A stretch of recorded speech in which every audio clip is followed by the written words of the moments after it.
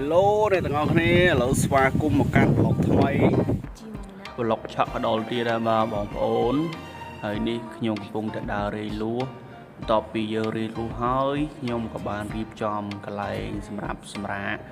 គឺយើងមានតង់រៀបចំតង់សម្រាប់ដល់ពេលយប់ខ្ញុំក៏បាន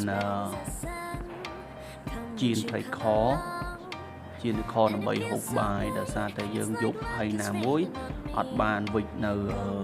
ម្ហូបទៅពីផ្ទះផងនោះអញ្ចឹងយើងមានតែជៀនត្រីខហើយថ្ងៃហ្នឹងដែរគឺយើងមុខម្ហូបមានតែត្រីខមួយមុខទេបាទហើយដល់ពេលនេះម្ហូបរបស់យើងក៏ចាប់ផ្ដើមឆ្អិនដែរហើយ Something's telling me it's right when you came to me. Oh, I knew it's you, yeah, boy. The one to show me now and forever. No, you'll never be alone again. All day, oh yeah, all day. Please stay in my arms, boy. The one to show me if we're together. It don't matter if it rains. បន្ទាប់ពី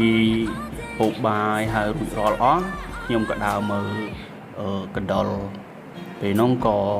កណ្ដុរជាប់លុះឆក់របស់យើងបានចំនួន5ដែរបាទចំនួន5ក្បាលហើយពេលនោះគឺយើងអត់ហ៊ានទុកដល់ព្រលឹមទេដោយសារតែយើងទុកដល់ព្រលឹមយើងអត់បានឡត់វាសម្អាតវាស្អាតហើយ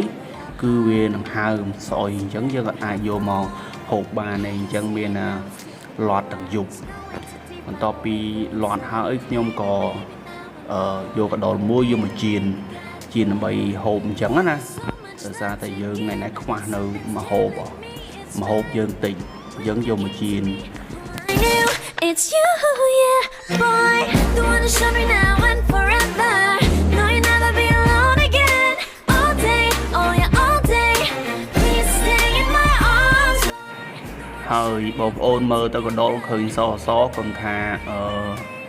ខ្ញុំហូបកណ្ដុរស្មោករោគបាទដោយសារតែយើងទៅវាលយើងអត់បានដាក់ខ្លាញ់ជៀនទៅអញ្ចឹងមានជៀនកណ្ដុរជាមួយទឹកដាក់ទឹកហើយដាក់កណ្ដុរជៀនហើយគឺហូបបានដូចគ្នាគ្រាន់តែយើងមើលទៅឃើញកណ្ដុរឡើងរាងពណ៌សប៉ុន្តែវាឆ្អិនហើយវាឆ្អិនខ្ញុំជៀនវាឡើងយូរមែនតែនដើម្បីឲ្យវាឆ្អិនអស់ឈាមអស់អីអញ្ចឹងណា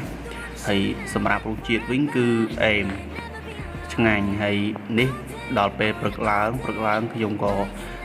ដើរមើលបន្តទៀតទៅក៏បានកណ្ដុរខ្ទង់ប្រហែលជា30កណ្ដុរដែរ Hello ស្ដីអ្នកនរឥឡូវយើងបានព្រឹកឡើងហើយបាទមានអារម្មណ៍ថាស្រស់ស្រាយមែនទែនជាមួយទេសភាពស្រុកស្រែគឺមើលអេមែនទែន